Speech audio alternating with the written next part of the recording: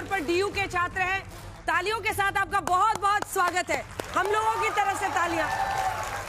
देखिए, आज चर्चा होगी छात्रों की, और इस नजरिए से भी ये छात्र यहाँ पर बैठे हुए कि बहुत सारे मुद्दे हैं, उनको थोड़ा सा अलग करके आप बजट पर ध्यान देते हैं। 2026 के बजट का काउंटडाउन शुरू है और इस बार का बजट बहुत दिलचस्प माना जा रहा है। अर्थव्यवस्था के लिए भी कई सारी संभावनाएं दिख रही हैं। सबसे बड़ी वजह, भारत और यूरोपियन यूनियन के बीच फ्री ट्रेड अग्रीमेंट, मुक्त व्यापार समझौता। अमेरिका का 50% टैरिफ जो भारत पर है, उसकी वजह से हम क्या क्या कदम उठाएंगे। वैश्विक तौर पर डॉलर पर निर्भरता कम करने की कोशिशों के बीच सोने चांदी की कीमतें आसमान पर है। हालांकि क्रैश भी हुआ है, आपने देखा कि कीमतें कैसे बीते दिन घटी। ये ऑपरेशन सिंदूर के बाद भारत का पहला बजट होगा। बजट से मध्य वर्ग समेत सबकी उम्मीदें जुड़ी हुई हैं। तो डिफेंस में क्या होगा, क्या होगा शिक्षा के क्षेत्र में, अस्पताल के क्षेत्रों में, स्वास्थ्य के क्षेत्रों में, इन सब पर चर्चा करेंगे। कैसा रहने वाला है 2026 का बजट, इस पर मेरे साथ राउंड टेबल में तमाम मेहमान मौजूद हैं। तालियों के साथ सुधांशु त्रिवेदी, सांसद और राष्ट्रीय प्रवक्ता भारतीय जनता पार्टी के हमारे साथ जुड़ गए हैं। सुप्रिया श्रीनेत, राष्ट्रीय प्रवक्ता कांग्रेस पार्टी के हमारे साथ जुड़ गई हैं। राजीव राय जी, सांसद समाजवादी पार्टियों के। तालियों के साथ आप सभी का बहुत स्वागत है। मलूक नागर जी, महासचिव आरएलडी के जुड़ गए हैं, और Siddharth Zarabi, group editor business today के हमारे सहयोगी हमारे साथ इस चर्चा में शामिल हो रहे हैं। लेकिन इससे पहले कि हम चर्चा की शुरुआत करें, कुछ बिंदु आपको दिखाना चाहते हैं, क्योंकि कुछ बातें ऐसी हैं जो एक उम्मीद की किरण जरूर जगाती हैं। पूरे विश्व में जब आप अन्य अर्थव्यवस्थाओं को देखें तो भारत आज कहां पर है। न सिर्फ चौथी अर्थव्यवस्था है, बल्कि जीडीपी का जो अनुमान है, तो सबसे पहले 25-26 के जीडीपी अनुमान से शुरुआत करते हैं, जिसमें एनएसओ का अनुमान है 7.4%। पहला। दूसरा जो हम आपको दिखा रहे हैं वो है मूडीज का 7.3%, आईएमएफ का 7.3%, वर्ल्ड बैंक का 7.2%, इसी के साथ जो डेलॉयट है उसका 7.8% और एशियन डेवलपमेंट बैंक का, मतलब लगभग सभी 7.2 से 7.8 के बीच में अनुमान लगा रहे हैं। अब भारत की जो रफ्तार है विकास दर की, वो किस तरह से बढ़ी और घटी है, वो अगला नंबर भी आपको दिखा देते हैं, क्योंकि 6.39 से 7.41 होता हुआ, और ये हम आपको हर साल का दिखा रहे हैं। कोविड के दौरान नेगेटिव में भी गया था। कोविड का जो वक्त था वो बहुत ही चुनौतीपूर्ण था भारत के लिए। ये देखिए, -5.78 हम लोग गए थे, लेकिन फिर 9.69 और 9.19 तक भी गए, और अब 7.41 के आसपास है, और अनुमान भी अगले साल के लिए वही दिखाई दे रहा है। लेकिन इसी के साथ विश्व में जो रैंकिंग है वो दिखाते हुए चर्चा की शुरुआत करेंगे। विश्व में जो रैंकिंग है अर्थव्यवस्थाओं में, उसमें भारत कहां पर है। ये देखिए, ये हम आपको दिखा रहे हैं जीडीपी का भी स्तर, और इसी के साथ जो विश्व में रैंकिंग है, तो भारत इस वक्त 2026 में चौथे नंबर पर है। साल 2000 से ये शुरुआत हुई है, जब 2005 तक हम 13 रहे, उसके बाद से 9, 7 और धीरे घटते घटते हम 4, और अनुमान है कि 2030 तक हम 3 नंबर पर भी पहुंच जाएंगे। एक आबादी और अर्थव्यवस्था का भी ग्राफिक्स है, लेकिन जो पर कैपिटा इनकम वाला हमारा ग्राफिक्स है, ग्राफिक्स नंबर 6, वो एक बार दिखा देते हैं, क्योंकि यहीं पर है जो कसक रह जाती है। और यहीं पर अगर पर कैपिटा इनकम में भारत तेजी नहीं ला पाएगा, तो फिर ये चौथी और वहां से तीसरी अर्थव्यवस्था की जो दूरी हम तय कर रहे हैं तेजी से, उसका अर्थ आम व्यक्ति के लिए क्या, इन सब पर चर्चा करेंगे। तो हम आपको पर कैपिटा इनकम भी दिखा रहे हैं। साल 2022 से लेकर 2026 तक 2347 से हम 3051 रुपए पर पहुंचे हैं। और ये दिखाते हुए ही मैंने शुरुआत इस बहस की इसीलिए की है कि सुधांशु जी, अब पर कैपिटा इनकम अगर ये प्रति व्यक्ति आई, हम अन्य देशों की, अमेरिका की दिखा रहे हैं 92,000 के ऊपर, वहां से आप भारत पर आइए 3,000, अगर हम चौथे नंबर पर, तीसरे कहीं भी पहुंच जाए, अगर पर कैपिटा इनकम नहीं बढ़ेगा, आम व्यक्ति तक नहीं पहुंचेगा, तो फायदा क्या। ये जो पर कैपिटा इनकम का झोल है, ये भी मैं आपको बताता हूं। यहां बच्चे बैठे हुए हैं, बताइए कितने बच्चे ऐसे हैं जिनकी पढ़ाई का पूरा सपोर्ट परिवार के लोग कर रहे हैं। कितने लोग अपने आप कमा रहे हैं। यही प्रॉब्लम है। अमेरिका में 16 साल की उम्र से उसकी इनकम शुरू हो जाती है, क्योंकि मां बाप कहते थे भाई तू जान, हमसे कोई मतलब नहीं। भारत में ग्रेजुएशन 18 से 21 तक भी मां बाप सपोर्ट करते हैं, पोस्ट ग्रेजुएशन तक भी मां बाप सपोर्ट करते हैं। There is no need of income at all. इसलिए जो सबसे बड़ा सेगमेंट है 18 से लेकर 24 तक, उसमें हमारे यहां इनकम इसलिए अलग रहती क्योंकि हमारी पारिवारिक और सामाजिक स्थिति अलग है। इसलिए ये लोग जो इस प्रकार का इंटरप्रिटेशन देने का प्रयास करते हैं, ये वेस्ट के इंटरप्रिटेशन के जो पैरामीटर्स हैं, इनको भी हमें समझने की आवश्यकता है। दूसरी बात मैं कहना चाहता हूं, वेस्ट में एक व्यक्ति बताइए जिसके पास जो बेरोजगार हो, उसका भाई या बहन उसका टेक केयर कर रहा हो। मुश्किल, शायद ही कोई मिले। यहां दर्जनों मिलेंगे, भारी संख्या में मिलेंगे। मां बाप टेक केयर कर रहे होंगे, वो तो मिलेंगे ही मिलेंगे। इसलिए मैं एक और बात कहना चाहता हूं, जब भारत उभर रहा है, भारत नई व्यवस्था के रूप में उभर रहा है, तो व्यवस्थाओं को भारतीय चश्मे से भी देखने का प्रयास करना चाहिए। वरना मैं एक उदाहरण और बता देता हूं। एक पति पत्नी साथ साथ रह रहे थे, बहुत अच्छे ढंग से काम कर रहे थे, प्रेम भाव से रह रहे थे। अचानक क्या हुआ, सिर्फ पति नौकरी कर रहा था, पत्नी हाउस वर्क काम कर रही थी। दोनों में लड़ाई हो गई, अब दोनों अलग हो गए। अब पत्नी ने भी नौकरी कर ली, अब दोनों को एक एक मेड सर्वेंट की भी जरूरत पड़ गई, तो दोनों ने 2 और नौकरी, 3 new jobs are created. Per capita income has increased, but has it increase the happiness and satisfaction in the society?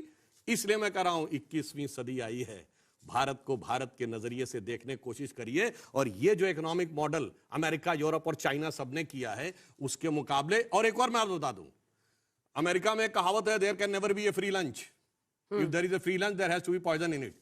यहां देखो, मंदिरों में भंडारा चलता है, गुरुद्वारों में लंगर चलता है, तमाम त्योहारों पे आपने सड़क के किनारे देखे होंगे खूब फ्री लंच चलता है। इसलिए भारतीय समाज अलग है, भारत को भारत की दृष्टि से देखिए। और अब हम जिस दिशा में आगे जा रहे हैं, दुनिया भी उसको स्वीकार कर रही है। जिसे हम ये एक लाइन में कहेंगे कि स्वप्न देखा था कभी, वो आज हर धड़कन में है। एक नया भारत बनाने का इरादा मन में है, और बढ़ रहे हैं हम प्रगति की ओर। जिस रफ्तार से कर रहा है विश्व भी हमको नमन उस पार से। सुप्रिया जी, अब आप विपक्ष की तरफ से मोर्चा संभालिए, और जो उन्होंने उस पर रीजनिंग दी, मुझे पता है आप उस पर बोलेंगी, लेकिन 2 नंबर्स आपको भी दिखाकर, क्योंकि ये जो IMF है या NSO है या डेलॉयट है, ये नरेंद्र मोदी के नीचे तो काम करता नहीं है कि वो जो प्रोजेक्शन कर रहे हैं वो गलत कर रहे होंगे। लेकिन रोजगार की स्थिति में अब ये कह रहे हैं कि हम इसमें एक स्टेबिलिटी ला रहे हैं, और वही महंगाई दर भी, ये 6.7 बीच में 7 तक भी गया था, और उसके बाद अगला दिखा दीजिए जिसमें महंगाई दर भी, ये कह रहे हैं कि हम उसको कंटेन करने में कामयाब हुए हैं। क्योंकि जो महंगाई दर है उसमें आप देखिए 4.6 के आसपास इस वक्त स्थिति दिखाई दे रही है। क्या इनकी परफॉर्मेंस अच्छी नहीं है? आपको, आपके दर्शकों को, मेरे फेलो पैनलिस्ट को सबसे पहले तो मेरा नमस्कार। और मुझे लगता है सुधांशु जी सास बहू के सीरियल बहुत ज्यादा देखने लगे हैं। पति पत्नी की बात, किसको रोजगार मिल जाएगा, कौन प्रेम से रह रहा है, यूएस से मत कंपेयर करो। अरे भाई, जब दुनिया की इकोनॉमी से अपने आप को कंपेयर कर रहे हैं, तभी तो तीसरी, चौथी, 5वीं अर्थव्यवस्था बन रहे हैं, तो कैसे कंपेयर नहीं करिएगा। अब बात करते हैं जीडीपी ग्रोथ रेट की, जिससे आपने शुरुआत करी थी और आप उस पर गई थी पर कैपिटा इनकम पर। कल इकोनॉमिक सर्वे आया है। इकोनॉमिक सर्वे कहता है कि चलिए इस साल का तो 7.4% होगा, लेकिन अगले साल की जीडीपी ग्रोथ रेट 6.8 से लेकर 7.2% होगी, जो इस साल से कम है। अब इस साल के फिगर की बात करते हैं, जो भी थोड़ा बहुत इकोनॉमी की समझ रखते हैं या ट्रैक करते हैं। 7.4% रियल जीडीपी ग्रोथ बताई जा रही है, नॉमिनल बताई जा रही है 8%। 10-12% अनुमानित थी, 8%। अब 0.6% का डिफ्लेटर से कैसे बात चल रही है, इसी से विश्व के लोग, जिस IMF को आप कोट कर रही हैं, वो डेटा की विश्वसनीयता पर सवाल उठाते हैं। और एक बात ये सच है, जब आप $3 ट्रिलियन और $4 ट्रिलियन और $5 ट्रिलियन इकोनॉमी की बात करती हैं, तो वो डॉलर डिनोमिनेटेड जीडीपी ग्रोथ की बात करती हैं। अगर रुपया 6.5% गिर गया है और आपकी नॉमिनल जीडीपी ग्रोथ रेट 8% है, तो डॉलर डिनोमिनेटेड जीडीपी ग्रोथ 1.5% ही है। यह पहली बात समझ लीजिए। और मैं तो आदरणीय प्रधानमंत्री को कोट करती हूं। आज जब बजट पेश हो रहा है, क्या सिनारियो है? प्रधानमंत्री जब मुख्यमंत्री थे तो कहते थे, जैसे जैसे रुपया गिरता है, प्रधानमंत्री की प्रतिष्ठा गिरती है। रुपया 58 पे मिला था, 92 पहुंच दिया, कहीं सेंचुरी ना लगवा दे। मुझे तो यह डर है, कहीं 100 की सेंचुरी ना पार करा दे रुपए से। और इकोनॉमिक सर्वे इसकी कलई खोल रहा है। इकोनॉमिक सर्वे ने साफ तौर से कहा है, drawing up foreign capital inflows एक रिस्क है। और अंतिम बात कह के अपनी बात का अंत करती हूं। प्रत्यक्षम किम प्रमाणम, the proof of pudding lies in eating. अगर आपके यहां सब कुछ अच्छा है, अगर हम 7.4% पे ग्रो कर रहे हैं, 8% पे कर रहे हैं, निवेश क्यों नहीं हो रहा है? जो भारतीय फर्म्स हैं वो $14 बिलियन निवेश किया 2 साल पहले बाहर, अब $24 बिलियन कर रहे हैं। आपका नेट एफडीआई इनफ्लो हिंदुस्तान में नेगेटिव हो चुका है पिछले 4 महीनों में। तो भाई, प्रत्यक्षम किम प्रमाणम, आपकी बात पर भरोसा करके ना भारतीय निवेश कर रहा है ना विदेशी निवेश कर रहा है। ऐसा क्यों हो रहा है? और रुपये पर मैं जरूर जानना चाहती हूं, सरकार की क्या मंशा है? क्या उससे भी सेंचुरी लगवानी है जैसे पेट्रोल से लगवाई थी? अगर शतक लगाना है तो बताइए, और फिर इस बात का भी जवाब दीजिए कि आपकी प्रतिष्ठा कहां जाके गर्त में गिर गई है, क्योंकि आप ही कहते थे जैसे जैसे रुपया गिरता है प्रधानमंत्री की प्रतिष्ठा गिरती है। चलिए इस पे एक जवाब 2014 में 58 पे रुपया मिला था, आज 92 पर है बजट के पहले। उसका भी जवाब देता हूं। देखिए बड़ी मजेदार बात है, भारत में कोई इन्वेस्टमेंट नहीं कर रहा है, फिर भी ईयू हमसे फ्री ट्रेड एग्रीमेंट कर रहा है, फिर भी ब्रिटेन हमसे फ्री ट्रेड एग्रीमेंट कर रहा है, नॉर्डिक कंट्री जिसमें नॉर्वे से लेकर स्विट्जरलैंड तक वो भी कर रहे हैं, यूनाइटेड अरब अमीरात भी कर रहा है। मतलब उसको तो कुछ नजर थोड़ी आ रहा है, वो खाम में आके चलता चला जा रहा है। ये डेड इकोनॉमी है, जो ट्रंप भी बोले थे और राहुल गांधी जी भी बोले थे। उस डेड इकोनॉमी के लिए ईयू की चीफ उर्सुला वॉन डर लेyen कह रही है mother of all the deals. वो क्या कर रहे हैं, इसीलिए मैंने कहा देखिए इन्होंने जो बात कही मैं इनकी बात से सहमत हूं, क्योंकि ये लोग तो उसी विदेशी मानसिकता के हैं ना कि इकोनॉमी को उसी चश्मे से देखना है, भारत वाले एंगल से देखना ही नहीं है। अब मैं इन पे ये बात कहना चाहता हूं कि इस समय जो इन्वेस्टमेंट हो रहा है, डॉलर की बात, बिल्कुल डॉलर की स्थिति खुद आज समस्या में है। पिछले साल अमेरिकन कांग्रेस में डी डॉलराइजेशन पे बहस हुई। मैं चैलेंज करके बताता हूं पिछले 100 साल के इतिहास में कभी बताइए डी डॉलराइजेशन में बहस हुई हो।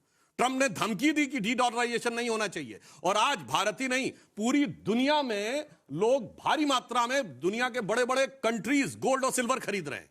इसलिए गोल्ड और सिल्वर की कीमत बढ़ रही है, क्योंकि वो डॉलर से बाहर आना चाहते हैं। प्रॉब्लम क्या हुई कि जैसे रशिया यूक्रेन वॉर शुरू हुआ, 300 बिलियन डॉलर के एसेट्स जो रशिया के थे वो फ्रीज कर लिए। अब लोगों को डर लगने लगा कि अगर डॉलर में एसेट्स रखेंगे, चाइना ने 84% अपना एसेट था वो ले आया 45% के आसपास।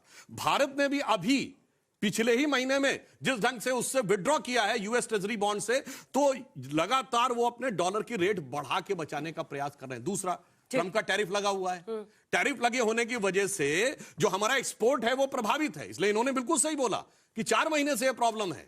जैसे ही ये टैरिफ का इशू सेटल होगा, या अमेरिका के साथ डील का मामला सेटल होगा, या हमारी ईयू की और जो दूसरी एफटीए है उनका रिजल्ट आना शुरू होगा, तो मानवीय बात है उसमें भी अंतर आना शुरू हो जाएगा। मैं सिर्फ अंत में इतना कहना चाहता हूं कि साहब बाकी तो छोड़िए डॉलर वॉलर, आने वाले समय में डॉलर कितना भी नीचे जा रहा है, हिंदुस्तान वर्ल्ड की फास्टेस्ट ग्रोथ की इकोनॉमी 2 साल से लगातार बना हुआ है। जिसे हम कहें हम मियां वो दिन लद गए जब रुपया डॉलर की लैला हुआ करता था, कि पीठ पे चाबुक पड़ता था मजनू के और लैला के पीठ के ऊपर वो आ जाया करता था। अगर ऐसा होता तो ईयू से लेके यूएई से लेके ब्रिटेन से लेके, ब्रिटेन का कीथ स्टेमर क्या कहता है, biggest ever business delegation taken by any British prime minister, it is in India, Mumbai में आके उतरा है। फिर भी किसी को नजर नहीं आ रहा है।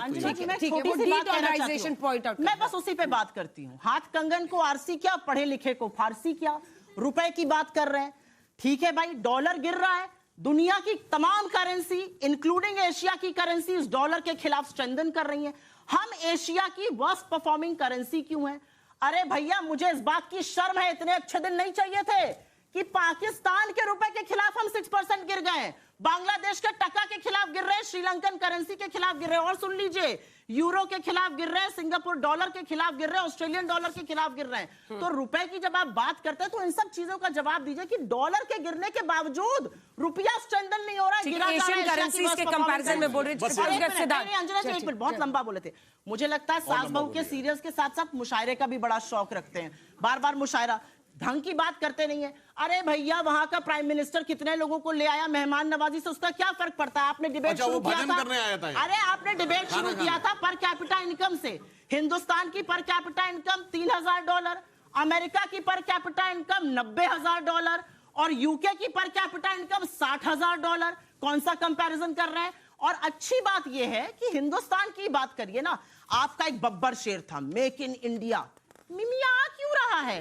12.8%। आप तो पढ़े लिखे बच्चे हैं, आप पढ़ने वाले लोग हैं, आपको बताया गया था कैसे आपके माँ बाप आपका खर्चा उठा रहे हैं। अच्छी बात बताई गई थी, माँ बाप को खर्चा नहीं उठाना चाहिए, शिक्षा का खर्चा सरकार को उठाना चाहिए। और यहाँ पर एक छोटी सी बात जल्दी अपनी बात खत्म करती हूँ। एजुकेशन का बजट आज से 11 साल पहले 4.7% ऑफ द टोटल बजट था, वो गिरकर 2.5% हो गया है। 90,000 सरकारी स्कूल बंद हुए हैं, और असलियत यह है कि हायर एजुकेशन का बजट जो आप लोग पढ़ रहे हैं वो 2.5% ऑफ बजट होता था, अब वो 0.9% है। तो एजुकेशन पर प्रहार आप करें, डिफेंस 17% होता था उसको गिराकर 13% पे प्रहार आप करें, और उसके बाद यहाँ पर मुशायरा मत पढ़िए सुधांशु जी, बात करिए, जवाब देखिए बाकी लोग जो फिर चेहरा बब्बर देखते शेर रह है, जाएंगे। अब थोड़ा सा रुक जाइए, चलो। म्याऊं म्याऊं कर रहा है, म्याऊं म्याऊं म्याऊं म्याऊं। अरे गर्जना चाहिए था बब्बर शेर को। वैसे सास बहू के सीरियल की बात करते हैं, सास बहू की लड़ाई तो इनके पहले परिवार में हुई थी, देवरानी जेठानी की भी नहीं क्या हुई थी, और सास बहू सोरे सोरे मिमिक्री तो करके दिखा दिया। उसकी लड़ाई होगी, जो परिवार छोड़ के चला जाएगा उसकी क्या लड़ाई होगी? मैं शांति से बैठा, अब मैं बता रहा हूँ। परिवार वालों में ही मनमुटाव। अच्छा हम लोग बजट पे हैं, बजट पे। बोलिए, हम मिमियाने की बात कह रही हैं, मेक इन इंडिया नहीं हुआ। अरे भारत ने, हाँ बिल्कुल, इनकी बात सुनिए, इनके लेवल यही है, क्योंकि ये लोग तो वो थे। आपने अभी तक एक आंकड़ा दिया है पूरे बजट शो में, एक आंकड़ा दिया है। आपने म्याऊं म्याऊं किया है, आपने म्याऊं म्याऊं किया है, हमने तो आंकड़ा दिया है। अब सुनिए, भारत ने अपना एयरक्राफ्ट कैरियर जहाज बनाया, वो म्याऊं है। ब्रह्मोस बनाया, वो म्याऊं है। एक असॉल्ट राइफल बन नहीं है, वो म्याऊं है। सुनिए, हमारी सरकार आने से पहले मोबाइल फोन तो सब यूज करते हैं, 2 फैक्ट्री थी, हम बिगेस्ट प्रोड्यूसर, कंज्यूमर भी थे, प्रोड्यूसर नहीं थे। आज 340 फैक्ट्री हैं, $1 बिलियन का हमने एक्सपोर्ट किया, वो म्याऊं है। ये आईफोन की सबसे बड़ी फैक्ट्री भारत में लगी, वो म्याऊं है। अरे भाई अपने कान पे बोलिए भाई, बीच में मुझे पता है ना, बोलने में म्याऊं करने में बहुत सारी समस्या हो जाती है। और ये लोग तो बताएं म्याऊं में कैसे। भारत की संसद के ऊपर जो शेर लगे थे, ये गए थे कोर्ट की, वो आक्रामक दिख रहे हैं, क्योंकि शेर भी इनको दहाड़ने वाले नहीं, म्याऊं म्याऊं करने वाले चाहिए थे। अच्छा ठीक है, अब इस बहस को आगे लिए चलते हैं। सिद्धार्थ जी एक सेकंड, सिद्धार्थ प्लीज प्लीज, छोटी सी बात प्लीज, उनको मत देती मौका, आपने उनसे अरे भाई आपने बीच में बोला, क्यों नहीं कर सकती? क्यों भाई, क्यों नहीं कर सकती? मेरा प्रेरोगेटिव है, प्लीज छोटा सा जवाब, छोटा जवाब। सहयोगी दल को मौका दीजिए, सहयोगी दल को मौका दीजिए, हम देने को तैयार है। सहयोगी दल को मौका दीजिए। इंडी गठबंधन, इंडी गठबंधन, छोटा सा, अरे आप वाले भी लड़ रहे हैं, एनडी गठबंधन। $100 बिलियन चाइना के साथ ट्रेड डेफिसिट आपने किया है। जिस चाइना को लाल आंख दिखाने की बात करते थे, लाल कमीज पहनकर आंखें मूंद ली हैं। $100 बिलियन का ट्रेड डेफिसिट का नतीजा है। सिद्धार्थ 2 पल आप रुक जाइए सर प्लीज। सिद्धार्थ जी 2-3 बिंदु जिस पर मैं आपसे चाहती हूँ, उसके अंदर राजीव राय जी के पास जाऊंगी। नहीं मैं आपसे सवाल पूछ रही हूँ, इसको थोड़ा सा स्ट्रीमलाइन। ऐसे इनकी बातें सुनकर बच्चे भी कंफ्यूज हैं। हाँ सही बात है। इसके बाद राजीव जी आपके पास आऊंगी। सिद्धार्थ 2-3 चीजें, सबसे पहले तो चीफ इकोनॉमिक एडवाइजर कह रहे हैं कि ये जो डेप्रिसिएटेड रुपी है, ये हमें अमेरिका के टैरिफ्स को कम्बैट करने में इस वक्त मदद कर रहा है, ये कह रहे हैं वो। इसका क्या अर्थ है? और कब जाकर, मतलब 92 हो गया है, मतलब कब जाकर, मतलब इसको सीरियसली लेने की जरूरत है? और ये डी डॉलराइजेशन क्या वाकई इतना आसान और सडनली हो जाएगा? देखिए 2008 में रुपया 40 रुपये था डॉलर के लिए। 2013 में 68 हुआ। 2013 से अभी तक का अगर आप डेप्रिसिएशन देखेंगे क्यूमुलेटिवली, और ये पॉलिटिकल बात नहीं है, रुपी डेप्रिशिएट होता गया है। पिछले 4-5 महीने में क्यों ज्यादा हुआ? क्योंकि ट्रंप के टैरिफ्स का जवाब आप कैसे दें। आवश्यकता यह है कि अगर अमेरिका में हमारा निर्यात कम हो रहा है 50% के कारण, तो दूसरे मार्केट में हम भेजेंगे। अगर आपके किसी सब्जेक्ट में नंबर कम होते हैं, जो आपकी टोटल परसेंटेज है, आप प्रयास करते हो कि दूसरे स्ट्रॉन्ग सब्जेक्ट से ज्यादा लाएं। कोई मैथ में कमजोर है तो वो ट्राई करेगा दूसरे सब्जेक्ट से। इसलिए हमारे रुपये की कहानी 2 चैप्टर्स में है। एक लॉन्ग टर्म, पिछले 15-20 वर्षों से हमारी अर्थव्यवस्था में जो बदलाव आया है और हमारी जो डिपेंडेंसीज हैं। दूसरा पिछले 5-6 महीने का है। अगर इसमें रिवर्सल आना है तो 2 चीजें आवश्यक होंगी। एक, यूएस की जो करेंसी है वो कमजोर पड़े। इसका मायना है कि जो ट्रंप साहब की आर्थिक नीतियां हैं, जिस पे बहुत सवाल अब अमेरिका में भी उठा रहे हैं, और आपने एक चीज नोटिस की होगी पिछले सप्ताह भर में, खासकर 10 दिन में, कि जो एक G5 होता था, आज उस G5 में दरार है। अमेरिका अकेला बैठा है, यूके, कनाडा, फ्रांस, जर्मनी सब अब अमेरिका विरोध की बातें करें। इसलिए आने वाले समय में जैसे ही, मान लीजिए अगर टैरिफ के निर्णय को यूएस सुप्रीम कोर्ट खारिज करता है, अगर यूएस में इन्फ्लेशन बढ़ती है, तो डॉलर का जो रुख है वो बदलेगा और हमारी करेंसी का रुख सुधरेगा। अब एक इकोनॉमिक डिबेट है हो जाएगा यूएस के साथ, तो एफटीए होने से और एफटीए होने से सेंटिमेंट में रिवर्सल होगा। एक चीज और, क्योंकि परचेजिंग पावर पैरिटी से बात शुरू हुई थी, हमें अपनी परचेजिंग पावर पैरिटी को तुलनात्मक दृष्टि से चाइना से कंपेयर करना चाहिए, क्योंकि चाइना और भारत की पॉपुलेशन लगभग सेम है, 1.41 वर्सेस 1.45 बिलियन उनकी ग्रोथ 1980 में शुरू हुई। हमारी ग्रोथ मनमोहन सिंह जी, पूर्व प्रधानमंत्री श्री नरसिम्हा राव जी के समय से शुरू हुई है और वो लगातार सारी सरकारों ने व्यक्ति आए दिखा दीजिए। इसलिए परचेजिंग पावर पैरिटी को पर कैपिटा को पीपीपी बेसिस पे देखना चाहिए। जो यहां पे इकोनॉमिक्स पढ़ते हैं they will agree with me. और अगर उसमें आप तुलनात्मक कंपैरिजन करें तो चाइना हमसे 2.5 गुना, हाँ, हम 2818 पर है और वो 13806 पर। बट अगर हम ट्रिपल पी बेसिस पे कंपैरिजन करें वो हमसे 2.5 गुना है। उस 2.5 गुना के पीछे क्या है? 2-2.5 दशकों के लिए चाइना ने 10% से ज्यादा ग्रोथ की। उसने पूरे विश्व भर में एक्सपोर्ट मार्केट कैप्चर किया है। वो मैन्युफैक्चरिंग कैपिटल है दुनिया का। और एक आखिरी बात अंजना जी, पिछले 3 महीने में ही $75 बिलियन की एफडीआई की अनाउंसमेंट्स हुई हैं। और यह जरूर है कि बाहर पैसा गया है, परंतु भारत में पैसा आ भी रहा है। सो मुझे लगता है कि इन तीनों विषयों में हमें थोड़ा संजीदगी से रुपये के विषय को आज की वर्तमान परिस्थिति में देखना चाहिए। अगर ट्रंप नहीं होते तो और उनकी नीतियां नहीं होती तो हमारे रुपये की अभी सूरत हाल अलग होती। ठीक है राजीव राय जी, अब आपकी जो उम्मीदें हैं बजट से उस पर भी आ जाते हैं जरा।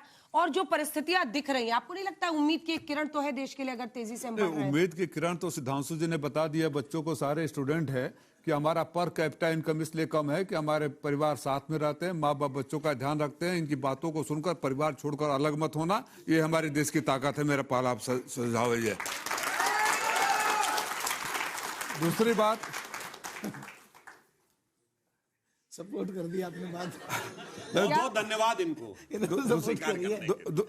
दूसरी बात, इन लोगों की पूरी बातों को सुन लोगे तो अपना माथा पीटोगे, बाहर जाकर डिस्प्रिन खाओगे कि मैंने सुना क्या है, इसका सार क्या निकला।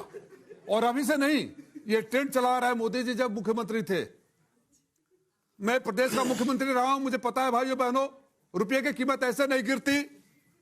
हमारी ऑक्सीजन अवस्था में है भाइयों बहनों, मुझे पता है एफडीआई देश के लिए कितना खतरनाक है। जीएसटी सरकार थोप रही है। सारे मेरी बातें नहीं, उनके वीडियो अभी खोलो देख लो, सारी बातें पलट गई। सच्चाई जानना चाहते हो? पिछले बजट में इन्होंने 18% हेल्थ इंश्योरेंस पर, हमारे एक मंत्री जी ने, गडकरी साहब ने सवाल उठाया था तो गाजे बाजे के साथ किए, हेल्थ इंश्योरेंस पर 18% जीएसटी कम कर दिया। आप सारे जाकर घर पर अगर आप नहीं करा रहे हो तो चेक कर लेना प्रीमियम कितना बढ़ गया। जो 50,000 रुपया आपका प्रीमियम था तो 18% से कम होना चाहिए, 54,000 हो गया। आप घर पे चेक कर लेना, ठीक है? इकोनॉमिक सर्वे में कहा है कल। कैसे मैं बोल रहा हूँ ना, अब दिखा दूं, पॉलिसी भी दिखा दूंगा, बैठे रहिए, पॉलिसी बुला देता हूँ, अपना ही बुला के दिखा देता हूँ आपको। अरे पर चिंता कीजिए ना कि आपको जनता मौका भी तो नहीं दे रही। सुनिए, झाल पीटते रह जा रहे हैं आप लोग। जनता मौका जहाँ देना था अंजना जी, आप लोग झाल पिटते रहिए। हमने लोकसभा में दिखा दिया, विधानसभा में विदाई कर देंगे, जैसे विदाई हो जाए लोकसभा। अरे बड़ी पुरानी हो गई तो दिखा दी है। यही झाल पिटते थे। उत्तर प्रदेश से शुरुआत होता है। आप बच्चे नौजवान हो, मैं शिक्षा की कमेटी में हूँ। आपको पता है प्राइमरी स्कूलों में 9,84,000 वैकेंसी आज भी है और भरा नहीं जा रहा है। मैंने एक सवाल उठाया, ये लड़का MBA PG कर लिया है, नीट कर लिया है, केंद्रीय विद्यालय में ही एडमिशन कराता है, टीचर की नौकरी पाती है, इसको एडहॉक पर अपॉइंटमेंट मिलेगा, इसको 40,000 मिलेगा। जो सेम मैथ का टीचर क्लास 9th में पढ़ाता है, अगर परमानेंट है तो 1,24,000 मिलेगा। इस बच्चे का क्या गुनाह है? जिस टीचर का अगर ये हो कि मेरे नौकरी रहेगी कि नहीं रहेगी, 40,000 पर वो कैसे 100% बच्चों को पढ़ाएगा? आप हेल्थ सेक्टर की बात कर रहे हैं। हेल्थ सेक्टर में इनके यहाँ लॉबी कैसे काम करती है, खाली इंडस्ट्री में काम नहीं करती है। मैं एक एग्जांपल दूंगा, क्लासिक 3-4 महीने का। इनके यहाँ एक मेडिकल कॉलेजों की लॉबी गई और मंत्री जी से और सरकार से आदेश प्राप्त करवा ली कि हर मेडिकल कॉलेज में इनटेक नर्सिंग का कम से कम 300 सीट हो जाएगा। 4 साल का नर्सिंग का कोर्स होता है 1,200, GNM का 3 साल का होता है 900 और 400 MSc नर्सिंग का। एक मेडिकल कॉलेज में 2,500 नर्सिंग स्टूडेंट होंगे, उनसे झाड़ू पोछा लगवाएंगे और वो जो नर्स बन के जाएंगे तो करेंगे। 10,000 सीटें बढ़ा रहे हैं, प्रोफेसर हैं, बड़े लिखे विद्वान हैं। मैंने पार्लियामेंट में कहा था कि एमबीबीएस को पढ़ाने के लिए एमडीएमएस चाहिए, बीई को पढ़ाने के लिए एमटेक चाहिए। ठीक है, सीटें बढ़ी नहीं। ये जुमलों के देश में और इनके झाल के देश में जो बोल रहे हैं ना, झाल असली ये लोग फैलाते हैं कि बच्चे सारे पढ़े लिखे हैं। अगर इनको बोल दिया जाए इस कार्यक्रम के बाद कि सुधांशु जी ने जो बोला उसके बाद देश की उम्मीदें क्या है, एक पेज का ऐसे लिखो, कोई बच्चा बता नहीं पाएगा। इसलिए इनकी बातों पर मत जाना, हकीकत में रहना। बताइएगा उन्होंने बोला उसमें क्या समझ मैंने बता दिया कि वैकेंसी खाली है, टीचरों की नौकरी नहीं है, ढाक पर है, उनके पास माइक हेल्थ सेक्टर जाएगा। है। पुनीत हमारे हमने तो सहयोगी बता वहीं दिया। पर है, लेकिन उसे मैं आ रही हूँ मलुक जी, आप लेदर का जैकेट पहन के आए हैं, लेदर के व्यापार पर सरकार का काफी जोर है, हम आपको कैसे नजरअंदाज कर सकते हैं? लेकिन कुछ नंबर्स हम दिखाना चाहते हैं जल्दी से, क्योंकि आप जीएसटी सुधार की जो बात अभी उन्होंने भी उठाई थी उस पर भी चर्चा कर लेंगे, हेल्थ इंश्योरेंस को लेकर। और ये 4 की जगह 3 स्लैब्स बनाए हैं, जो बनाया है सरकार ने। मुक्त व्यापार समझौता, इसको लेकर बहुत उम्मीदें हैं कि क्या हम इससे यूएस के साथ जो टैरिफ इंक्रीज है, जो 50% हो गया 25% के इजाफे के बाद, उसको हम कॉम्बैट कर पाएंगे? क्या हम एक्सपोर्ट के लिए नए नए बड़े बाजार, और देखिए उसमें भी उपलब्ध होने में 6 महीने 1 साल लग सकता है, लेकिन किस तरह से ये आगे बढ़ेगा इस पर भी, क्योंकि हमारे यहाँ जो मुक्त व्यापार समझौता है European Union, Britain, Australia, UAE, इन 4 देशों के साथ हो गया है पिछले दिनों। अब हम आपको 2 आंकड़े बड़े दिलचस्प दिखाना चाहते हैं, जिसके बाद आप जवाब दीजिएगा। एक आम भारतीय अपना पैसा कहां खर्च करता है, तो ये जो डेटा है ये बहुत दिलचस्प है। 2023 और 24 का ये खर्चे का पैटर्न है जो हमने निकाला है। तो खाने पीने पर वो लगभग सबसे ज्यादा 28% के आसपास खर्च करता है, ठीक है, 27.90%। उसके बाद वो खर्च करता है हाउसिंग, पानी, बिजली, गैस पर लगभग 12.5%, ट्रांसपोर्ट पर यानी कहीं आने जाने पर 16.5% के आसपास, लगभग 5% कपड़े और जूते पर। अब युवा पता हो सकता है उनका ऊपर नीचे थोड़ा होता हो, कपड़ों पर ज्यादा, खाने पर कम। शिक्षा लगभग 4.5%, हेल्थ पर 5.5%, और फर्निशिंग, रख रखाव, घरेलू उपकरणों पर लगभग 3% है, और 2.5% कम्युनिकेशन पर, और अन्य 22%। अब हम आपको बताना चाहते हैं कि सरकार कहां पर पैसा खर्च करती है, कहां जाता है सरकार का रुपया। भाई सरकार को जो हम लोग टैक्स देते हैं तो वो लोग सबसे ज्यादा कहां पर खर्च करते हैं, तो ब्याज चुकाने में 12.76, ये लाख करोड़ में नंबर्स है, यानी 12,76,000 करोड़। ऐसे ही रक्षा में आप देखिए 4.92 यानी 4,92,00,000। अब ये ऐसे ही बढ़ते बढ़ते आप आइए, शिक्षा में देखिए सिर्फ 1.29 हो जाता है, हेल्थ पर 0.98 हो जाता है, अन्य पर। लेकिन जो सब्सिडी सरकार देती है उस पर 3.83 लाख करोड़ ये नंबर्स है। अब मेरा सवाल आपसे ये है कि आप लोग टैक्स पेयर का पैसा तो आजकल खूब उस पर भी लुटाने लगे हैं, इतने करोड़ जनता को मुफ्त का राशन देना है, इतने पे हमको यहाँ पर ये मुफ्त का ऐलान कर देना है, जहां जहां पर है चुनाव जीतना है कहीं 10,000 औरतों को दे दीजिए वोट मिल जाएगा। तो आपको नहीं लगता है कि ये अल्टीमेटली हमारी ही इकोनॉमी को खोखला कर रहे हैं? विपक्ष की सरकार होगी, प्रधानमंत्री जी बोलेंगे रेवड़िया मत बांटो। देखिए अंजना जी, पहले तो मैं थोड़ा सा, जो हमारे कांग्रेस की साथी हैं, हाँ। इन्होंने कहा कि एक तरफ तो शेर कह के बात की मोदी जी को, और फिर मोदी जी को कहीं शेर म्याऊं म्याऊं की बात करी, तो शेर को देख के बिल्ली की म्याऊं म्याऊं तो निकलेगी भाई, पक्की बात है एकदम। तो कांग्रेस के सामने मिमियार है। देखिए सुप्रिया जी, मैं आपने मुझे गलत कोट किया तो मैं आपको रोकूंगा। हाँ ठीक है, बोलिए मलुक जी, बोलिए। मैंने शेर नहीं कहा, इनके एक ही है, वो कागज का शेर है। आप वाले मलुक जी के टर्म से कुछ बोल ही नहीं पा रहे, मत में मलुक जी बोलिए। मलुक जी, अच्छा चलिए एक ही बात कहता हूं मैं सुप्रिया जी को, इनका 2004 से प्रधानमंत्री की बात तो इन्होंने करी, और 2004 से 2014 तक मनमोहन सिंह जी प्रधानमंत्री थे, उन्होंने कहा देश की इकोनॉमी 2040 तक 4थे नंबर पर आएगी, हमने 2025 में ही आ गई। तो कांग्रेस के लोग म्याऊं म्याऊं तो बोलेंगे, और क्या बोलेंगे फिर बात, जब देश की संसद में, संसद से बाहर निकल के परिसर में अगर निकलेंगे कि देश की इकोनॉमी डेड। अरे कम से कम 60-65 साल तुम्हारी सरकार थी, जब तो इकोनॉमी को डेड मत बताओ। और जो अभी बात हो रही है यहाँ, कभी म्याऊं की, कभी और दूसरी चीजों की, देश के किसान की बात किसी ने नहीं करी। सो कॉल्ड इंडिया गठबंधन, विपक्ष की पार्टी किसान की बात तो नहीं करी। किसान की जो आज स्थिति है, और जो किसान के अकाउंट में सीधा पैसा जा रहा है, और जो माननीय प्रधानमंत्री जी किसानों की तरफ देख करके जो आज पूरे देश में माहौल को बना रहे हैं, और पूरा टैरिफ पे यूएस से अगर टकराव है तो मछुआरों की वजह से, पशुपालकों की वजह से, किसानों की वजह से, और आज जब ये यूरोप के संघ के साथ हुआ है तो वहां भी किसानों के हितों की रक्षा करने के लिए बिल्कुल अलग रखा गया है। तो 80% देश, इस देश का रीढ़ की हड्डी किसान है, और किसान की तरफ माननीय प्रधानमंत्री जी इस तरह सोचते हैं और इतना ध्यान रखते हैं कि पूरे वर्ल्ड के पैमानों पे ठीक है राजीव राय जी, जल्दी से पुनीत उसके बाद सवाल लेंगे जल्दी से। अच्छा, इसमें से कितने किसान के बेटे हैं? किसानों के अर्थव्यवस्था किसान के बेटे हो ना। 2019 में सोने का रेट 40,000 था। जो किसान अपने, हम लोग गांव से आते हैं, अपनी बेटी का शादी कर रहा है, उसके आंखों से आंसू निकल रहे हैं, खून निकल रहे हैं, जाकर पूछ लीजिएगा। अरे पश्चिमी उत्तर प्रदेश में गन्ने का देखें तो 1.5 गुनी हाइट बढ़ गई है, और 2 गुना वजन बढ़ गया है, और कितना खुशहाल है किसान। माननीय प्रधानमंत्री सीधा पैसे भेजते हैं उनके अकाउंट में, और इनके। अच्छा ठीक है, 2-3 सवाल ले लेते हैं राजीव जी, जल्दी से जल्दी, टाइम कम बच रहा है। बच्चों को 2 सवाल। कांग्रेस जाके देखो मेरठ में पटेल यूनिवर्सिटी में किस तरह के फ्रूट और किस तरह के सब्जियों को हाईटेक तरीके से बनाया जा रहा है। जाके राजीव भाई देख कर क्या हो। राजीव भाई तुम अच्छे लोग हो, तुम्हारे सहारा लेकर के यूपी में आगे, अगर आप इनके साथ रहोगे तो आपको भी ऐसे कर देंगे। ठीक है, अब की बार ट्रम्प सरकार अब बोले मैं दे दिया टैरिफ का मार, देश का हो गया बनता था। ठीक है, चलिए जल्दी से पूछिए, जल्दी पूछिए, सवाल पूछिए, और कह रहे हैं, बोलिए यूरोपियन यूनियन क्या यूएई आ रहा है, ईस्ट इंडिया कंपनी भी आई थी, बाजार व्यापारी करने आई थी। आपको धनी करने नहीं आती है, ये मत भ्रम में रहिए कि बाहर। अरे अगर यूरोप से फ्री ट्रेड हो रहा है, यूएस को कम्पीट कर रहे हैं, हमारे देश की मजबूती मिलती है।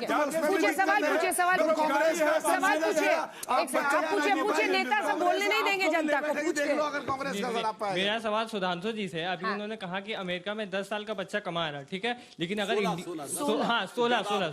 16 साल का बच्चा कमा रहा, ठीक, लेकिन अगर इंडिया का बजट देखा जाए 10 साल में, हमारे यहाँ एजुकेशन पे पर ईयर बढ़ा ही है हमारा एजुकेशन का बजट, लेकिन जो ग्रेजुएट स्टूडेंट हैं वो अनएम्प्लॉयमेंट हैं, और जो पीएचडी होल्डर हैं वो भी अनएम्प्लॉयमेंट ज्यादातर हैं, और वो छोटे फॉर्म भर रहे हैं। आप ये बताइए, जब ग्रेजुएट स्टूडेंट और पीएचडी होल्डर को जॉब मिल ही नहीं रही है तो 16 साल का बच्चा कहाँ से कमा लेगा? बताइए।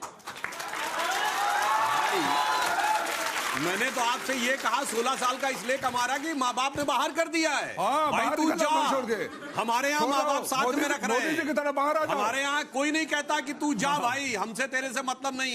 एक और बेटा समझो बात को, वहाँ जानते क्या है, वहाँ तो मदर और फादर भी हाफ फादर हाफ मदर है। सुनिए, वहाँ हाफ फादर हाफ मदर है। पता नहीं मदर का पति भी फादर है कि फादर की पत्नी भी मदर है, ये भी नहीं पता। वहाँ से तुलना मत करो इस मुद्दे पे। वैसे मैं एक बात उन्होंने कही, भाई ये बताइए बेरोजगारी की दर इस समय कितनी है? आंकड़ों में देख लो।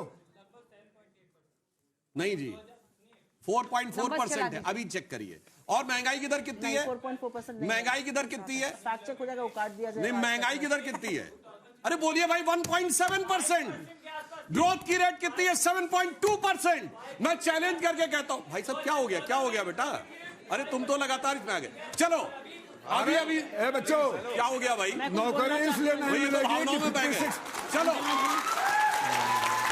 एक आप बताइए, एक साल बताइए जब ग्रोथ रेट की 1/4 महंगाई की दर हो, चैलेंज करके कहता हूं 2014 से पहले का एक साल बताइए। हमेशा ग्रोथ रेट नीचे, महंगाई की दर ऊपर होती थी। महंगाई दर 4.6 इस वक्त नंबर नहीं बचा। एक सवाल ले लेते हैं उसके बाद। मेरा प्रश्न सुधांशु जी से है कि सर जिस तरीके से पूरे वर्ल्ड में जियोपॉलिटिक्स हो रही है, आज भी अमेरिका इंडिया को आंख दिखा रहा है। आप एक तरफ कहते हैं कि अब mother of all deal sign करें ईयू के साथ, पर इन सब चीजों में जो पिस रहा है वो एमएसएमई सेक्टर है सर, क्योंकि आज भी जो एमएसएमई है 45% एक्सपोर्ट पे बेस्ड है, पर उसके लिए कोई बात नहीं हो रही। उसके लिए कुछ स्पेशल अनाउंसमेंट्स होंगे? एक छोटा सा जवाब। एग्रीमेंट इन्होंने पढ़ा नहीं है, उसमें एमएसएमई सेक्टर के लिए सबसे ज्यादा सहूलियत दी गई है। जब हमें वहां पर फ्री ट्रेड मिलेगा तो हमारे एमएसएमई को सबसे ज्यादा व्यापार वहां पे मिलेगा। भाई ऑस्ट्रेलिया वाला ट्रेड पढ़िए, यूएई वाला पढ़िए, उसमें हमको एमएसएमई में मिलेगा। और दूसरी बात, 170 कंप्लायंसेस बता दीजिए बच्चों को। अगर एमएसएमई शुरू करेंगे तो 170 कंप्लायंसेस एक साल में करना पड़ेगा।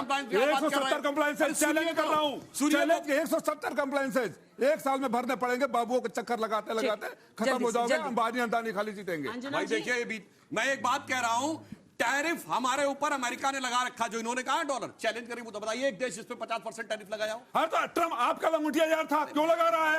आपका लंगोटिया यार था, क्यों लगा रहा है?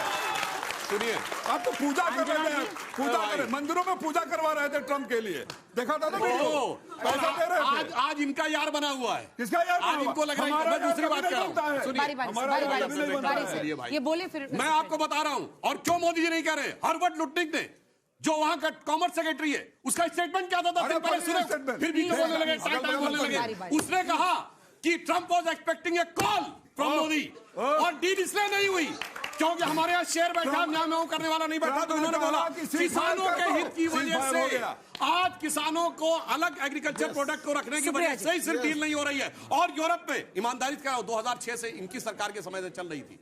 क्यों नहीं हुई? क्योंकि भारत अपनी बात पे अडिग था कि एग्रीकल्चर प्रोडक्ट्स को अलग रखना है, और हमने वो मनवाया और उसके बाद यूं से डील करवाई है। ये करके दिखाया। भाई साहब पढ़े लिखे हैं तो हम बात मत करिए, क्या डील करवाई? चलिए सुप्रिया जी, आपका जवाब बताइए। एग्रीकल्चर प्रोडक्ट बाहर नहीं है, एग्रीकल्चर प्रोडक्ट सुप्रिया जी को बोलने दीजिए राजनीति। एग्रीकल्चर प्रोडक्ट बाहर है, प्रधानमंत्री के मुंह से ट्रम्प का नाम निकलवा दो इनसे। हम सदन में बोलते रह गए, प्रधानमंत्री जी के मुंह से ट्रम्प का नाम नहीं निकला, उनसे कमजोर हो सकती है। अंजना जी, मैं यहाँ पर 2-3 तथ्य रखना चाहती हूँ, क्योंकि तथ्य उधर से आ ही नहीं रहे हैं। हाँ। मैं तो दावे के साथ स्टैम्प पेपर पर लिखकर मलूक नागर जी से पूछना चाहती हूँ, क्या है size of the Indian budget? ये बता दीजिए, इधर उधर की बातें मत करिए। बताइए size of the Indian budget क्या है? लेदर जैकेट में पॉकेट में हाथ डाले बैठे आराम से, जैकेट में पॉकेट में हाथ रखकर उनको क्या मतलब? छोड़िए, नहीं एक मिनट, मलूक नागर जी अभी मेरा टर्न, मुझे बोलने दीजिए। नहीं अभी रुक जाइए, राहुल गांधी कहते हैं देश अभी रुक जाइए, में वो नहीं अभी रुक जाइए। 50 लाख करोड़ के आसपास है, ये सब जानते हैं। पर इनके नेता से पूछ लो कि देश की इकोनॉमी मलूक नागर जी, मैं आपके बीच में नहीं बोली थी। कम से कम उसको थोड़ा धैर्य रखिए, थोड़ा धैर्य रखिए। नंबर आप नहीं बता पाएंगे। मैं यहाँ पर आप लोगों के सामने कुछ जवाब बताना चाहती हूँ। पता ही नहीं है। मदर ऑफ ऑल, चुप हो जाइए, चुप हो जाइए, घबराइए नहीं, घबराइए मत, चुप हो जाइए, चुप रहिए, पानी पीजिए, घबराइए नहीं। मदर ऑफ ऑल, म्याऊं मत करिए, चुप रहिए, शांत रहिए, सुप्रिया जी म्याऊं मत करिए, शांत रहिए। कांग्रेस को मैं बता रही हूँ, म्याऊं आप कर रहे हैं, बच्चे बता देंगे, बच्चे बताएंगे कौन म्याऊं कर रहा है। चुप रहिए, विधायक रहा हूँ, ज्यादा जानता हूँ कांग्रेस को आपसे। शांत रहिए, आप इनके कंधे पर चढ़ के 6 MP जीत के आगे, चलिए आप बोलिए, आपके 2 MLA MP एक था बस, और बोलिए। 1999 में अकेला जीता था कांग्रेस का पूरे यूपी में, और 0 थे MP आप लोग उस समय। इन्हीं की कहानी, इन्हीं लोगों की जुबानी सुन लीजिए। अच्छा, अब आपकी बात करते हैं, यही करवाते हैं। अब आप बात सुनिए। तुम लोग का घर तोड़वाने के साथ उधर पहले। सुप्रिया जी बोलिए please. Mother of all trade deals जो हुई है 2013 में लिखकर उसका विरोध करने वाली बीजेपी थी। बताएं इन्होंने स्टैंड क्यों बदला? पहली बात तो यह है, EU FTA पर कहते थे किसी भी तरह ये नहीं होना चाहिए, EU FTA हिंदुस्तान के लिए खतरा है। स्टैंड क्यों बदला? जैसे GST पर बदला था, जैसे खाद्य सुरक्षा पर बदला था, हर चीज पर स्टैंड बदलते हैं, मुझे उस पर नहीं पढ़ना है। आप सपोर्ट कर मैं दो, यहाँ पर एक क्या बात अच्छी बात करना थी? चाहती हूँ, और यहाँ पर बात ये कहनी जरूरी है। आपको पता है 2016 में एक पैकेज आया था 60,000 करोड़ रुपए का टेक्सटाइल सेक्टर के लिए। उसमें 1 करोड़ नौकरी बननी थी। कितनी नौकरी बनी? यही पीयूष गोयल जो आज 75 इंटरव्यू दे रहे हैं, इन्होंने 2024 में कहा था 40 लाख नौकरी लेदर सेक्टर में बनेगी। जैकेट पहनकर बैठे हैं, कितनी नौकरी बनी? यही पीयूष गोयल ने कहा था जब रेलवे मंत्री थे। मेरी जैकेट से दिक्कत है, राहुल गांधी इकोनॉमी डेड कहते हैं, इससे दिक्कत है। या हर जगह आप चुनाव हार जाते हो, इससे दिक्कत है। आप किसानों की बात नहीं करते हो, या आपको इससे दिक्कत है? अरे ढंग की बात उनको लेदर ढंग की आप बार-बार कह रही थी, मुझे भी याद आ गया लेदर की जैकेट पहनकर बैठे हैं। मैं तो भैया शांति में यकीन करता हूं। बताइए ढंग की बात कर रहे हैं, किसानों की बात करते नहीं, गरीबों की बात करते नहीं, दलितों की बात करते नहीं, पिछड़ों की बात करते नहीं। देश की इकोनॉमी डेड। क्या वर्बल डायरिया हो गया? क्या पानी पीजिए ना। आपके जैसे युवाओं के लिए इस सरकार ने 1 करोड़ इंटर्नशिप देने की एक स्कीम लॉन्च करी थी 2 बजट पहले, याद है आपको? 1 करोड़ इंटर्नशिप मिलने वाली थी। पता है कितने लोगों को मिली? 10,000 लोगों को। 1 करोड़ मिलनी थी, 10,000 को मिली। इसलिए मैं पूछती हूँ, 3 एम्प्लॉयमेंट इंसेंटिव स्कीम लाई गई, 2 करोड़ रोजगार बनना था, कितने रोजगार बने? और मुझे सिद्धार्थ जी से यहाँ पर थोड़ी सी शिकायत है, क्योंकि मैंने उनके साथ पत्रकारिता की है। आपने 68 का फिगर 2013 में बोला था, 7 महीने में वो 58 पे आ गया था। मोदी जी को रुपया 58 पे मिला था, जो 92 पे पहुंचा है। और इस बात की यहाँ पर स्वीकार किया कि इनके टाइम में कितनी भयानक नीचे हाँ, गया। 58 पे दिया था, 58 पे। और मैं यहाँ पर एक छोटी सी बात और कहना चाहती हूँ, जिसपे चर्चा अभी हो रही थी, इंश्योरेंस प्रीमियम पर राजीव राय जी ने ये बात कही।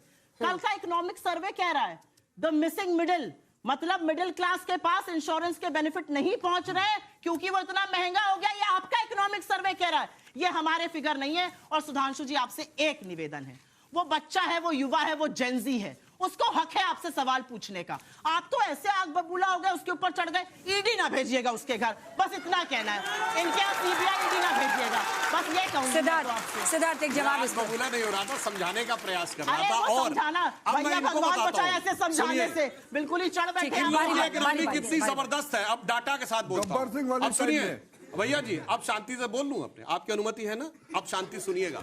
ये लाए थे ना कि स्कीम 8,500 रुपए खटाखट, यानी 1 लाख रुपए हर परिवार को 1 साल में मिलेगा। भारत की आबादी 145 करोड़, 4.2% पर फैमिली, डिवाइड करिए 31 करोड़ परिवार आए।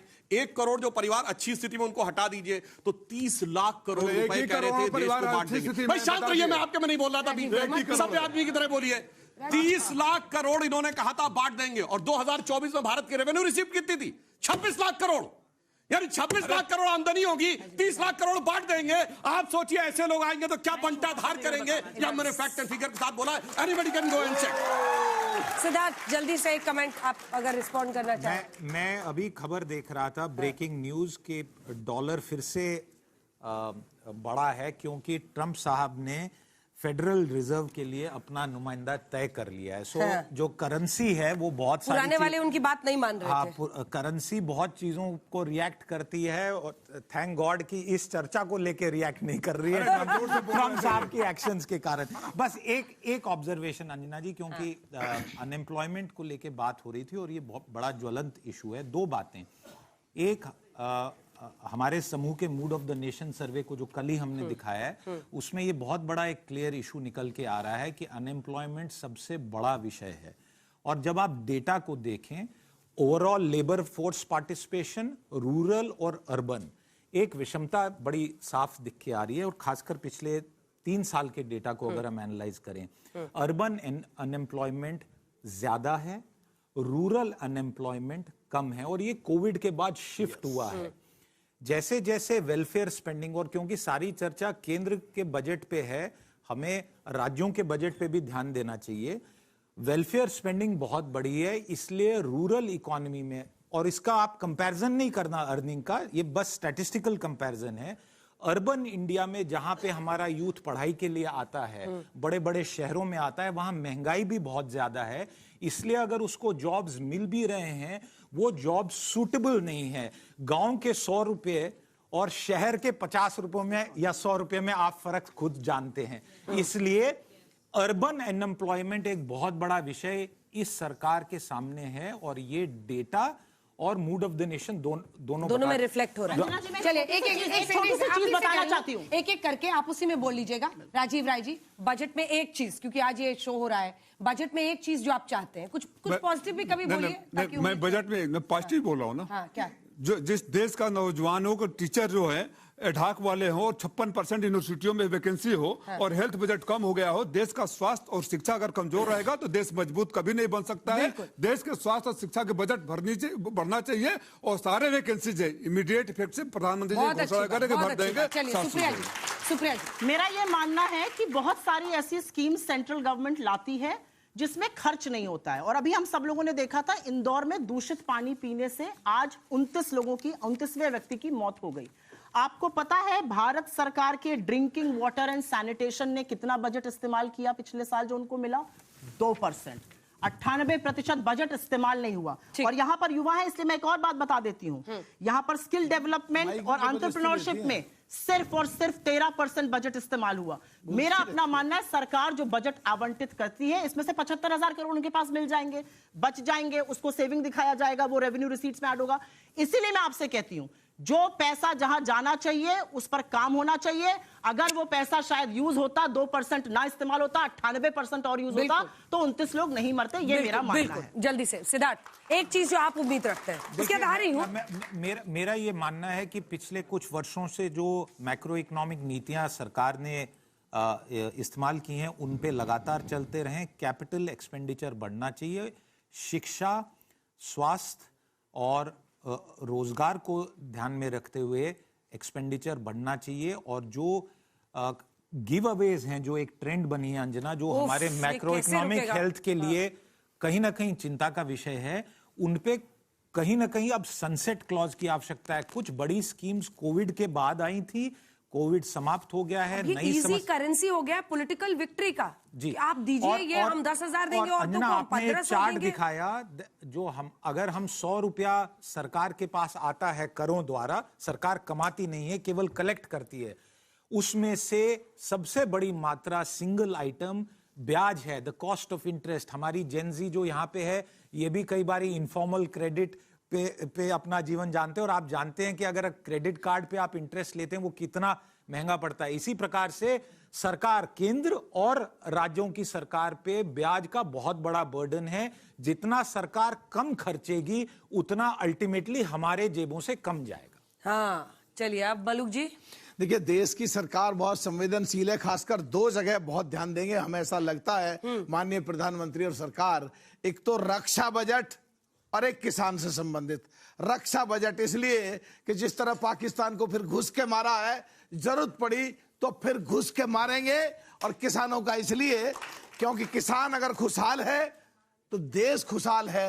और करीब 85% लोग किसान से सीधे जुड़े हुए हैं। दबे कुचले, कमजोर, अगड़े पिछड़े सब किसानी से जुड़े हुए हैं। और माननीय प्रधानमंत्री जी किसानों के मुद्दे पे और रक्षा के मुद्दे पे कोई समझौता नहीं करते।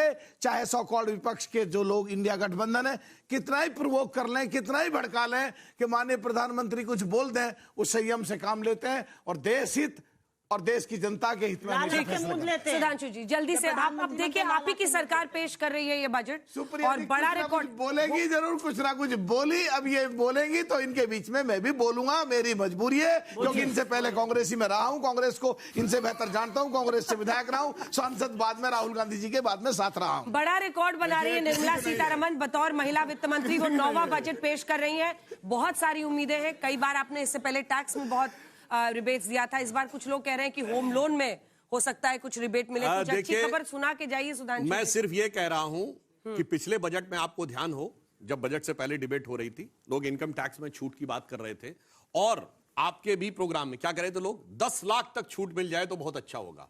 मैं जब से टीवी पे आ रहा हूं, नहीं जब से टीवी देख रहा हूं, तब तक आज तक कभी ऐसा नहीं हुआ कि जो एक्सपेक्टेशन की गई हो उससे ज्यादा लोगों ने दे दिया हो। सरकार ने 12 लाख का टैक्स का छूट दिया।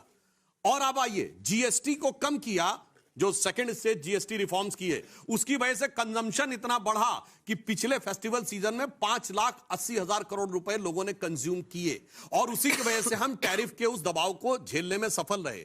और इसलिए आश्वस्त रहिए कि जो बजट आएगा, और आज मौजूदा स्थिति भी देखिए, टैरिफ वॉर है और दुनिया में वॉर है। दुनिया के समुद्र में सुनामी आई हुई है, हमारा कैप्टन इतनी समझदारी से चला रहा है, ये कह रहे हैं जो भी जहाज में झिटकोले लग रहे हैं वो तुम सुनामी को मत देखो, कैप्टन को दोष दो।